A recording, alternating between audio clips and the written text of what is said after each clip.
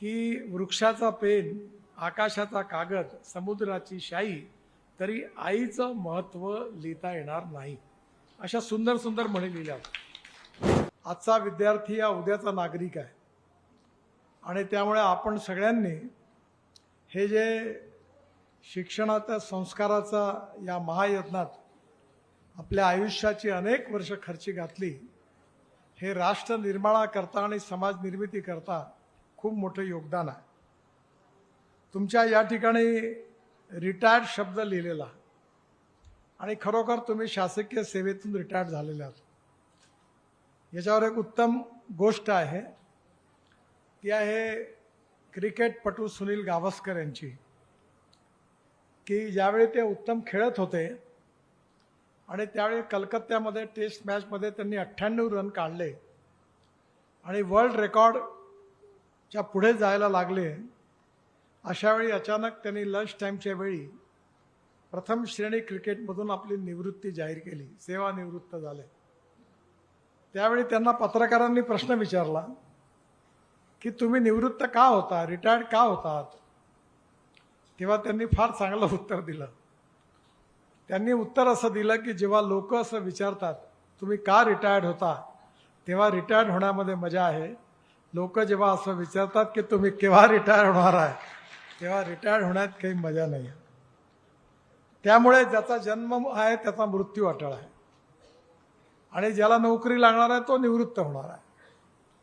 त्यामुळे तुम्ही जरी निवृत्त असले तरी निवृत्त शिक्षक, निवृत्त मुख्याध्यापक म्हणून तुम्ही ज्येष्ठ नागरिक देखील आहात.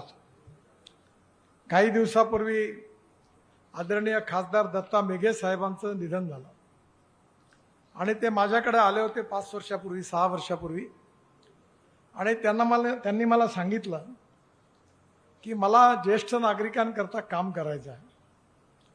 आणि त्यावेळी आम्ही एक संस्था स्थापन केली. त्याचा अध्यक्ष मी आहे, कार्याध्यक्ष मेघे साहेब होते आणि आम्ही ज्येष्ठ नागरिकांचं मोठं संघटन उभं केलं.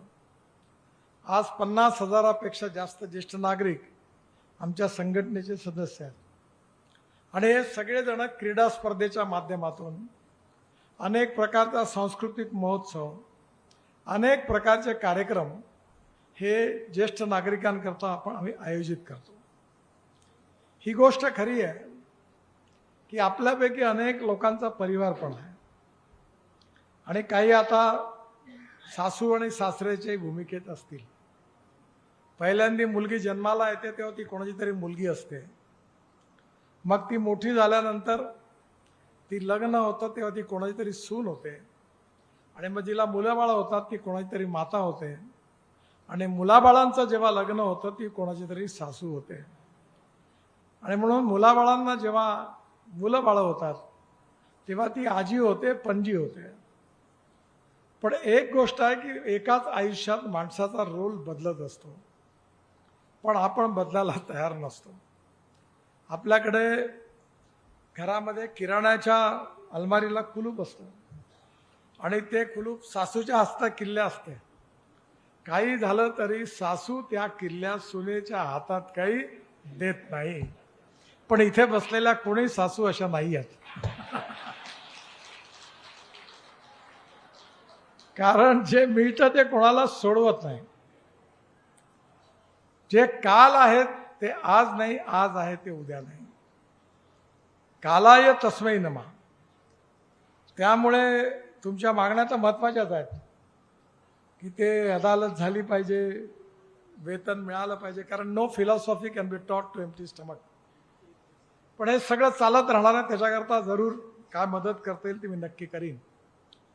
पण त्यापेक्षाही तुमचं जे रिटायर्ड लाईफ आहे ते तुम्हाला कसं आनंदात घालवता येईल, जीवनाचा आनंद कसा घेता येईल, आणि विशेषतः 60 वर्षानंतर आपल्या प्रकृतीविषयक, स्वास्थ्यविषयक अनेक गोष्टी अशा आहेत की ज्याच्या तक्रारी सुरू होतात. आणि एक गोष्ट खरी आहे की सत्ता, संपत्ती, सौंदर्य आणि ज्ञान या 4 गोष्टी ज्या आहेत या कायम नाही आहे. जे आजचं ज्ञान आहे ते 5 वर्षांनी त्याचा रिलिव्हन्स निघून जातो. आणि ज्यांच्या हातात सत्ता आहे ते केव्हा रस्त्यावर फिरायला लागतात हे सांगता येत नाही, आणि जे रस्त्यावर फिरतात ते केव्हा सत्तेत जातात ते लक्षात येत नाही. त्यामुळे जीवन हा जो खेळ आहे यात कधी यश आहे, कधी अपयश आहे, कधी यामध्ये समाधान आहे, कधी नाराजी आहे, कधी या जीवनामध्ये राग आहे, कधी प्रेम आहे. या सगळ्या गोष्टी जीवनामध्ये येणार. पण शेवटी महत्त्वाची फिलॉसॉफी ही आहे की life is too short, try to enjoy it. आणि दुसरी महत्त्वाची गोष्ट अशी आहे की life is a game of compromises, compulsions, limitation and contradictions. ज्यांना हे कळत नाही ते घरात भांडणं करतात. सुनेशी भांडण होतं, सुनेच्या सासूशी भांडण होतं, नवरा बायकोची भांडणं होतात आणि जीवनामध्ये दुःख येतं. जीवन रिटायर्ड झाल्यानंतर आनंदाने जगता येणं हे खरं कौशल्य आहे, आणि हे जे कौशल्य आहे ती शिकण्याची गरज आहे.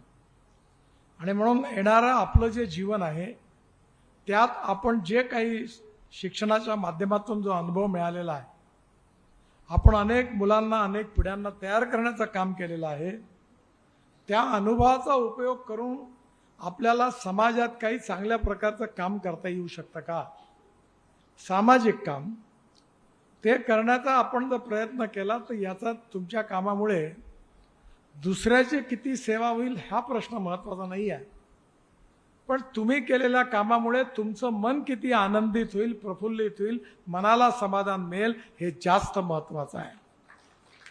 आणि म्हणून आपलं उर्वरित आयुष्य आनंदात आणि समाधात घालवणं हे आर्ट ऑफ लिव्हिंग, जीवन जगण्याचं तत्वज्ञान हे देखील आपल्याला शिकलं पाहिजे. मी ग्रॅज्युएट मतदारसंघामध्ये होतो, त्यामुळे शिक्षक, प्राध्यापक या सगळ्यांशी माझा संबंध आला. आणि मी नेहमी शिक्षक आमदारांना म्हणायचो की तुम्ही नेहमी हेच सांगता की आमचं 6वं वेतन आयोग द्या, आमची पेन्शन द्या, आम्हाला निवृत्ती द्या. चांगली गोष्ट आहे, पण तुम्ही कधी असा विचार केला का की आज जे शिक्षण मिळत आहे ते कसं आहे, त्याच्यात काय सुधारणा झाल्या पाहिजे, त्या शिक्षणामध्ये अजून चांगल्या गोष्टी कोणत्या अंतर्भूत झाल्या पाहिजे, कौशल्य विकासाकरता आपण काय करू शकतो, आणि शेवटी उत्तम संस्कारातून उत्तम माणूस घडवणं हे खूप महत्त्वाचं आहे. तुम्हाला माहिती असेल की मी धापेवाडा गावचा आहे. नदीच्या काठी आमचा एक वाडा होता. आता तुम्ही ओळखत, आमच्या घरी एक ढोले नावाचे शिक्षक किर्याणी राहायचे. ही तुमच्या शिक्षक संघटनेचे काळ खूप जुना आहे. आणि त्यांनी काय केलं होतं, त्यांनी आमच्या वाड्यामध्ये त्या भिंतीवर खडूनी म्हणी लिहिल्या होत्या. त्या म्हणीमध्ये होत्या की वृक्षाचा पेन, आकाशाचा कागद, समुद्राची शाई, तरी आईचं महत्त्व लिहिता येणार नाही. अशा सुंदर सुंदर म्हणी लिहिल्या होत्या. आणि मी जेव्हा गावात जायचो, तर ही गोष्ट आहे की आजपासून कमीत कमी 50 वर्षापूर्वीची गोष्ट आहे, 45 ते 50. आणि त्यांनी अशा खूप म्हणी लिहिल्या. आणि त्या म्हणी ज्या होत्या त्या जेव्हा मुलं वाचायचे, मी त्यावेळी वाचल्या, मी शाळेतला विद्यार्थी होतो, त्या माझ्या आजही लक्षात आहेत. कुठेतरी आपण जे जीवनात शिकलो ते समाजात त्याचं जाण्याकरता आपण काही प्रयत्न जर करता आला सहज आपलं जीवन जगत असताना, खूप मोठी गोष्ट आहे. आज पर्यावरणाचा प्रश्न आहे, आज आपल्या इथे कौशल्य शिकवण्याचा प्रश्न आहे. आणि माझा अनुभव, मी जरी राजकारणात असलो तरी मी राजकारण करतच नाही, कारण राजकारणाचा अर्थ समाजकारण, राष्ट्रकारण आणि विकासकारण आहे. मी नेहमी म्हणतो की गरीब माणसाची सेवा करणं हे राजकारण आहे. आणि त्यावेळी मला जेवढं सामाजिक काम करता येईल तेवढं करतो, लोकांची सेवा करण्याचा प्रयत्न. मी देखील आता माझ्या ट्रस्टचं 1200 एकल विद्यालय गडचिरोली, सिरोंचा, एटापल्ली, अहेरी आणि मेळघाट सारख्या भागात चालवतो. 1800 शिक्षक आहेत. आम्ही सरकारी अनुदानच नाही घेत. आणि या सगळ्या शाळांमधून 32,000 मुलं शिकतात. आणि त्या मुलांना उत्तम संस्कार करणं, कौशल्य शिकवणं. मी साड्या बनवायला लागलो. चिंध्यांपासून कार्पेट तयार करायला लागलो. शेतकऱ्यांकरता प्रशिक्षणाचा कार्यक्रम करायला लागलो. आणि माझ्या लक्षात आलं की ज्यावेळी आम्ही आपल्या इथे विदर्भात संत्रा उत्पादन होतं, मी शेतकऱ्यांना स्पेनमध्ये घेऊन गेलो, 70-80 शेतकऱ्यांना. त्याआधी इस्रायलमध्ये गेलो, सगळं शूटिंग केलं. आणि स्पेनमध्ये एका एकरात 30 टन संत्रा होतात, 25 ते 30 टन. आपल्याकडे 2 ते 5 टन होतात. मग ते तंत्रज्ञान शिकवायला आपल्या या वसंतराव नाईक कृषी विकासाचा जे हॉल आहे त्या ठिकाणी कार्यक्रम घेतला. आणि मी सांगितलं फुकट नाही, आपण 250 रुपये फी लावू. 650 शेतकरी आले आणि त्यांनी 4.5 तास पूर्ण शांतपणे सगळं वाचलं, बघितलं. आणि आता सर्वदूर विदर्भात शेतकरी पेटला. आता माझ्याकडे AI, artificial intelligence in agriculture, माझ्या शेतातल्या पिकाचे फोटो अमेरिकेतून गुगल आणि मायक्रोसॉफ्ट काढून माझ्या मोबाईल फोनवर पाठवतात. माझ्याकडे वेदर स्टेशन आहे, पाणी किती आहे ते कळतं.